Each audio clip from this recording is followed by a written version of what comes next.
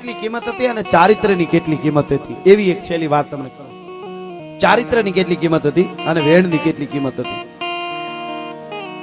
એની મને ગમતી આ નાનકડી વાત ખાસ સાંભળજો. માતાઓ બહેનો સાંભળજો. આ દેશની દીકરીઓ છે એ કેવી કથાઓ સાંભળવી જોઈએ.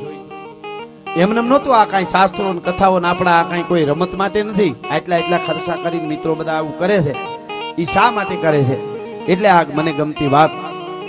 સવારનો પર ગામડું ગામ ઉદયાચળના ઓરડેથી બરાબર નારીને કોર કાઢી અને હોળક વર્ષની એક દીકરી કુએ પાણી ભરવા માટે આવે છે. 16 વર્ષની દીકરીની ઉંમર અને કુએ પાણી ભરવા માટે પણ રૂપના અંબાર જેવી દીકરી છે. આંખડિયું અણિયાળિયું સરથી પહારિયું જેના હામી નોંધ્યું એની કાળજ હોહર્યું. ગામડા ગામની માલિકો મર્યાદાના લંગર પડી જાય 16 વર્ષની દીકરી છે પાણી ભરવા આવી કુએ એકલી. સૂરજ હજી ઉગું થઈ રહેલો બગબગડું થયું છે. એમાં પાણી ભરતી હતી ગરડેથી કુવામાં પાણી હીંચે. એમાં એક ઘોડે સવાર ઉતર્યો અને આખી રાત વહેલો નીકળેલો. પોતે આખી રાત ઘોડું દોડવેલું. પોતાને તરહ બહુ લાગી ઘોડું આખું પરસેવે રેપજેપ છે. આવું કોઈ નાનકડું ગામ ધોકડવા હોય એવું.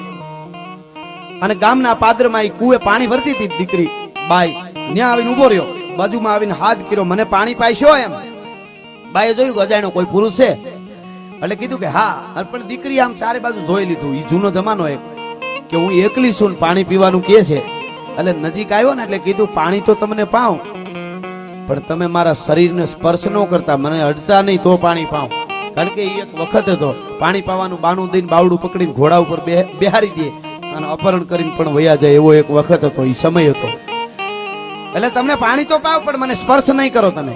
અરે પણ હું તો તમને શું કામ સ્પર્શ? મારે બસ પાણી જ પીવું છે. હું તો વટે માર્ગું છું કે તમે મને જો સ્પર્શ કરો મારા શરીરને ક્યાંય પણ અડો તો તમને રામ દુવાય છે લ્યો. એટલે તરત કીધું હા રામ દુવાય. એમાં શું? હું ભારતની ધરતીનો યુવાન છું. તમને સ્પર્શ ન કરું શું કામે તમે પીવો છો? એ આવ્યો આમ ખોબો રાખ્યો ઉપરથી ઘડામાંથી આમ પાણીનો દડેડો કરી પાણી ખોબે ખોબે પી લીધું.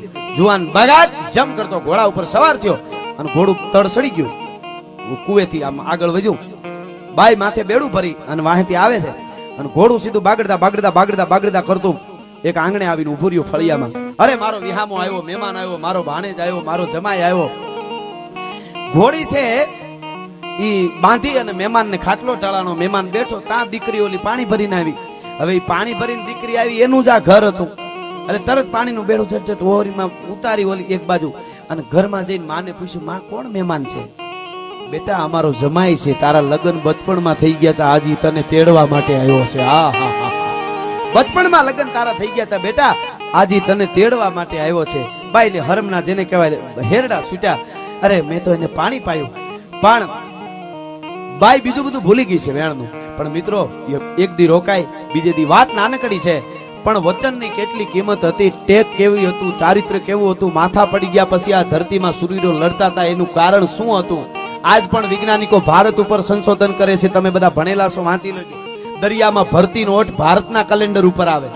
મિસાઇલ કોઈ નાસામાંથી છોડ્યું હોય ને, મિસાઇલ ગ્રહમાં જવું હોય ને વૈજ્ઞાનિકોને, તો આપણું પંચાંગ રાખે છે ભારતનું કે આ તિથિએ આ ગ્રહ આ જગ્યાએ હોય છે. 31 ના એના કેલેન્ડર ઉપર નથી હાલતું એટલું નક્કી કરી લેજો સાહેબ. એટલે હું આ વાતો કરી રહ્યો છું. આ 21મી સદી અમારે આ સાચી વાતો કરવી જોઈએ. એટલે આપણું પંચાંગ રાખવું પડે છે. જેટલી ઘટનાઓ જે વિજ્ઞાન સંશોધન કરે એ બધા ભારતના શાસ્ત્રો ઉપરથી જ કરે છે. એ નક્કી છે સાહેબ. એટલે આ વાત તમને કરું. એની વિદાય કરી સવારમાં દીકરીની જમાઈ તેડીને એને ઘરે વયો ગયો. પરિણાની પહેલી રાત મિત્રો.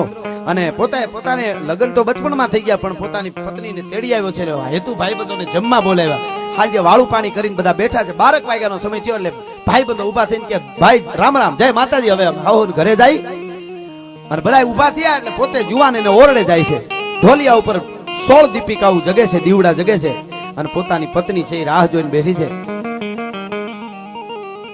ઉષાને જવાની ગજીંગ આવતી થી, લજાતી ખુમારી જરીંગ આવતી થી. પિતા આંગણે માતને પ્રાણ પ્યારી કળા હોળ બનતી હતી એ કુમારી. છૂટા કેસ કાળા હુવાળા રૂપાળા, બહુ ખેલ ખેલે સખી સંગ બાળા. હસે ને વળી વાત છેડી હસાવે, ગણી તાળી ગીત સંગીત ગાવે. ઉમા પૂજતી દેવની દ્વાર જાવે, જપે નામની ધૂપ જ્યોતિ જગાવે. એવી બાઈ રાહ જોવે છે. એમાં કટ કટ કટ કટ પગરખાનો અવાજ આવ્યો એટલે ઢોલીએથી નીચે ઉતરી ગઈ બાઈ. મર્યાદા એ વખતની એક. બાજુમાં આવીને જુવાન ઉભો રહ્યો. હાથમાં તુલસીના 2 બેરખા છે, તુલસીની માળાના. આમ બેરખાનો ઘા કર્યો, લ્યો આ બેરખો. એટલે કીધું બેરખો કેમ આપો છો? કે ભગવાનનું ભજન કરવાનું છે તારે ને મારે. હવે કે હા ઈ તો કરશું, એમાં શું, પણ સીધી ભજનની જ વાત કરો છો? તો કે એમાં છે એવું કે તે કીધું એમ મેં કર્યું છે. કે મેં શું કીધું? કે કુવાને કાંઠે પાણી પીવા આવ્યો તો તે કીધું તું કે મારા શરીરને સ્પર્શ કરો તો તમને રામ દુવાય છે. હવે આજીવન જીવી ત્યાં સુધી ઠાકરનું ભજન કરી જિંદગી પૂરી કરવાની છે, બાકી એકાબીજાને સ્પર્શ ન કરી શકાય. કઈ ઘટના હોય છે સાહેબ, મગજમાં નો બેહે જેવા તેવાને. આ બનેલી ઘટના છે. અને તેથી બાઈ ને પોરાના પલ્લા છૂટી ગયા. હો ભાઈ, 16 વર્ષની કન્યા આવેલી હતી. એમ બોલી, વાહ જુવાન, શાબાશ શાબાશ જુવાન, તારી ઓછડી ઓટીને આવ્યું તોય મારા માટે ઘણું છે. બાકી આ શરીર, આ તો લોહી અને માંસનું શરીર બનેલું છે. કાલે શરીર હુકાઈ જાય, બૂઢા થતા છું, મોઢામાંથી લાળુ પડતી છે, એને વાર નથી લાગતી. હવે તો અખિલ બ્રહ્માંડના માલિકનું ભજન કરીને જીવન પૂરું કરીશું અને જગતના ચોકમાં આપણો ઉજળો ઇતિહાસ રહી જાય. તારી જનેતાને ધન્ય છે જુવાન. બાઈ ને પોરાના પલ્લા છૂટી ગયા. મિત્રો સવાર પડી, સવાર પડે એટલે એના હાવ હવરાની ખબર ન પડે. એમ હું બોલું બધું, પણ હાજ પડે એટલે જાણે હજારો ગાઉનું છેટું પડી ગયું. બાજુમાં બેના ખાટલા ઢળાઈ જાય, ઠાકરનું માળા ફરે. મિત્રો 1 દી 2 દી 5 દી 15 દી દિન ગણતા માસ ગયા, વર્ષે આતરિયા, સુરત ભૂલી સાઈબા, હવે તો નામે વિહરિયા. 5 વર્ષના વાણા વાઈ ગયા. 5 વર્ષના વાણા વાઈ ગયા ભાઈ. 5 વર્ષ પછી એકવાર સોમાહાનો વખત આભા મંડળ જેને કહેવાય કાળું ડિબાંગ થઈ ગયું છે, 8 મહિનો. અને વીજળી ઉથલમાંથી સાપ કડાક ધાણા નાના કરતી ત્રાટકે ને મોરલા ગળાના 3 કટકા કરીને કે હક જેને કહેવાય બોલી રહ્યા છે. એમાં ધીરે દઈને માળાનો બેરખો ફેરવતી બાઈ એટલું બોલી. 21 વર્ષની બાઈ છે, એટલું બોલી. સાંભળ્યું? એને પતિએ કીધું હા, કે 5 વર્ષ વયા ગયા તમારા આંગણામાં તમારી ચૂંદડી ઓઠીને આવી. એને કે હા, કઈ સમયને ક્યાં વાર લાગે છે? કે મને વિચાર થાય છે કે તમારા જેવો ખાનદાન પુરુષ હોય, તમારા જેવું ઉજળું ખોરડું હોય, એનું એકાદું ફરજંદ, એનો એકાદો દીકરો કે દીકરી હોય તો એનો વંશ રહી જાય અને આખું કુળનું ખોરડું ઉજાળી દે એવું તમને નથી લાગતું? પણ વંશ રહી જાય એટલી જ વાત કરી. તા જુવાન બાજુના ખાટલે બેઠો તો ત્યાંથી ઉભો થઈ ગયો. બસ બહુ મોટી વાતો કરતી હતી ખાનદાની આવી હતી ત્યારે, કે તમારી ઓઢણી ઓઢીને આવી છું, એ જ મારા માટે ઘણું છે. હું ખાનદાન છું ને આમ છે ને તેમ છે. હવે સંસારના તને મોહ જાગ્યા છે તો તેથી જ કેવું તું તારે. 5 વર્ષ પછી સંસારના મોહ જાગ્યા છે. અડધી રાતે કહેશો કે એકાદું સંતાન હોય તો સારું. અને તેથી બાઈ બોલી, મને પેલા સાંભળો, હું ભારતની આરી નારી છું, તમારી ચૂંદડી ઓઢીને આવી છું. મને સંસારના મોહ વાલા હોય તો તેથી જ કહી દઉં કે મને પૂરી સાંભળો કે શું કે પરણીને આવી 5 વર્ષથી તમારા આંગણામાં આવી, કોઈ દી માંગ્યું નથી કાંઈ. આજે એટલી માગણી કરું છું કે હવે મારી નાની બેન 17 વર્ષની થઈ ગઈ છે. મારા બાપની પાસે તમારા માટે નાની બેન નું માગું લઈને જાઉં છું. એની હારે લગ્ન કરીને એનું તમારે વિસ્તાર વધારવાનો છે. ભલા માણસ મને ના ન પાડતા. આ બનેલી ઘટના મિત્રો, આ દેશની ધરતીની. અને માગું લઈને આવે છે ને એમ કે છે, બાપુ તમારો જમાઈ બહુ ખાનદાન છે, આવો પુરુષ ભાગ્યશાળી ને મળે. બાપુ મને એટલો પ્રેમ આપે છે, મને એટલું મારું રાખે છે, પણ પરમાત્માની જે ગતિ હોય, અમારે સંતાન નથી. એને બીજું કઈ ન કીધું કે અમારે નિયમ છે, અમારે સંતાન નથી બાપુ. તો આપણી નાની બેન છે, મારી બેન ને નાની બેન ને જો મારા પતિને હારે લગ્ન કરાવો તો વિસ્તાર રહી જાય, અમારું ખોરડાનો દીવો રહી જાય. અને આવો કોઈ દીવો ગોતવા જતો હોય તમને આવો જમાઈ બીજે નહીં મળે. બહુ ડાયો છે, બહુ સંસ્કારી છે. બાપ રાજી થઈ ગયો. બેટા તું કેતી હોય તો હું દઉં જ ને દીકરી, તું આટલા વખાણ કરી તો મારે પછી હું જોવાનું હોય. ટૂંકમાં વાત કરું, ઘડિયા લગ્ન લેવાના અને જાન પરણવા આવી.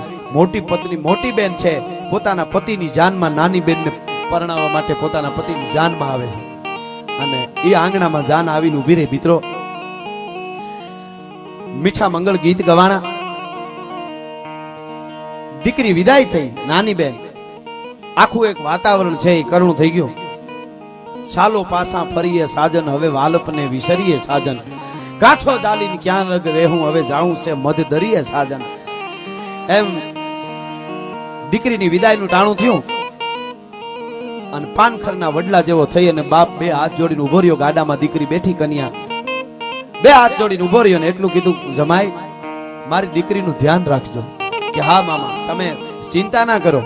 કે નહીં, મારી મોટી દીકરી બહુ ડાય છે, એમ નાની દીકરી ડાય છે પણ થોડીક ભોળી છે, એની કાંઈ ભૂલ થઈ જાય તો જમાઈ મને તમે કઈ ઠપકો દઈ દેજો, મને ગમે એ કહો તમે, હું સહન કરી લે, પણ મારી દીકરીને દુઃખ ન દેતા. મારી નાની દીકરી બહુ ભોળી છે હો જમાઈ, મારી દીકરીને કાંઈ ન કહેતા, કાંઈ પણ થાય તો મને ઠપકો આપી જજો જમાઈ, તમે ચિંતા ના કરો. તમારી દીકરીને, તમારી મોટી દીકરીએ કોઈથી ફરિયાદ કરી કે ના? તો શું કામે ચિંતા કરો? તો કે તો સાંભળો જમાઈ, તમે મારી મોટી દીકરીને જેવી રીતે રાખી છે 5 વર્ષ, એવી રીતે મારી નાની દીકરીને ન રાખો તો તમને રામ દુવાય છે. આટલું વચન તમારી પાસે માંગુ છું ભલા માણસ.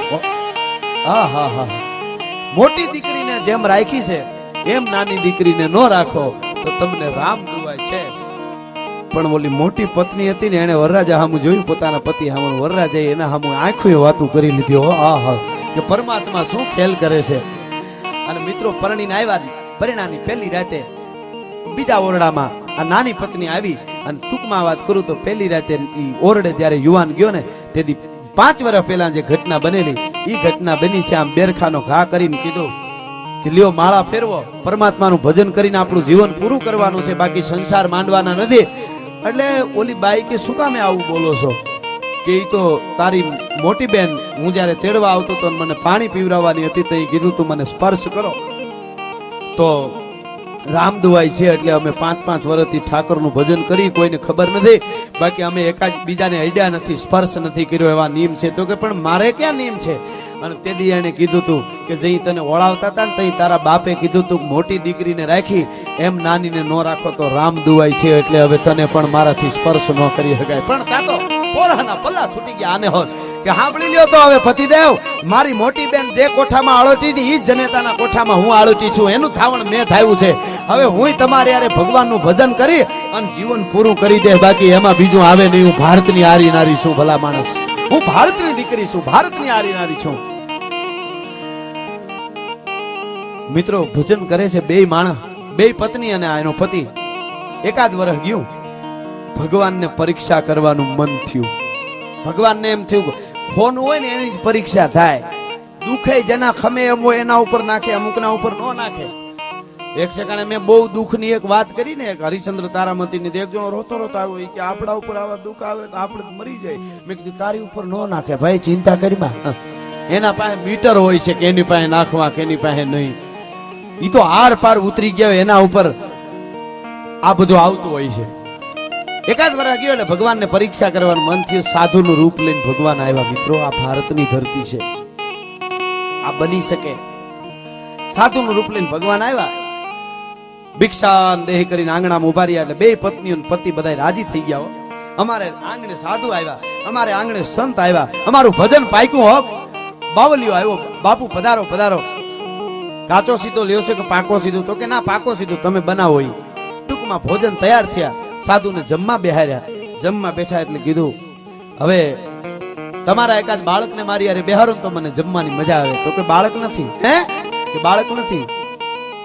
લગ્ન થયા ને કેટલો સમય થયો? તો કે આ મારી મોટી પત્ની છે, એમના ઈ આવી મારે ત્યાં, એમને 6 વર્ષ થયા. નાની પત્ની વરદી પહેલા લગ્ન થયા. કે સંતાન નથી? ના. તો કે વાંજિયા કેવાવ, વાંજિયાનું ન ખાવ. અરે મહારાજ બાપુ શું કામે આવું કરો છો? અમારો આશરા ધર્મ લાજે, સાધુ અમારા આંગણેથી ભૂખો જાય તો અમે જીવી ન શકીએ, મરી જાય. કે એક રસ્તો છે.